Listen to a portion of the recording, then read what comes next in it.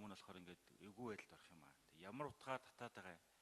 Ямар нь болохоор ингээд 6 жил 3 жилийн хугацаа дуусч чадхад ингээд байгаад байгаа юм бэ. Гэс нэг юм яриад байгаа. Тэгээ ялангуяа энэ сайдын томилгоо 2 3 засгийн газар өөрчлөсөнтэй холбоотойгоор ингээд дипломат ажилтнуудыг хугацааг нь болоог байхад эргүүлэн татах.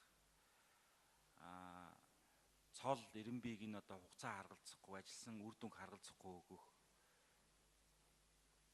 Ийм явдлууд их гараад байгаа юм байна. Тэг чи бас улс орноо төлөөлөөд гадаад улс орон сууж байгаа улсуудыг ингээд зүгээр нэг сайд нь гараад юм уу тэрийн нарийн солигдсон гутаа ингээд 1 жил болоогүй байхад дуудаг. Эсвэл зарим нь 5 6 жилээр тэнд бүр ингээд шагнал аваад ч юм уу эсвэл тэнд томилогдсон хүн шиг ингээд байгаад байдаг. Ийм байдал гараад байна гэж. Брюсселийн сайд энэ дээр бас нэг хариулт өгөөч гэж. Хоёрдугаар тийм дипломат албанд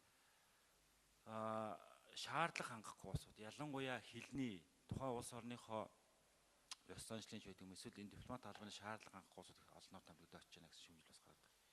Энэ дээр бас тайлбар өгөөч гэж хэлж байна. Гуравдугаар нь хуулийн төсөлтэй холбоотойгоор юу энэ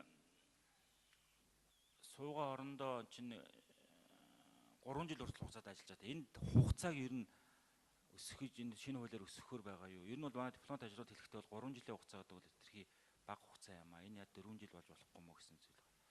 Хоёрдугаар одоо шилбэл ажилласан хугацаа зэрэг дэвээсээ хамаарат нөгөө төр албан зэргийг шатлан өгөхөр гарч байгаа. 3 дугаар нарийн бичгийн дарга бол 3 жил ажиллаад 2 дугаар нарийн бичгийн дарга болдог ч юм уу.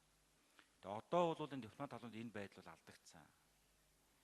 Дипломат албан зэрэг дэвийг олохдоо бол хаа хамаагүй гэж байна. Энэ хууль гарангууд бүгдээрийн яг одоо ажиллаж байгаа жилээс нь хамааруулаад ингэж тооцох юм уу? Эсвэл одоо байгаа энэ замраагүй байдлаа халах юм уу? Хууль гарангууд одоо ингэ 1 жил ажилласан, 2 жилээс 3 жил ажилласан гэдгээр нь хамааруулж явах юм уу яах юм? Ийм 3 асуултыг асуусан.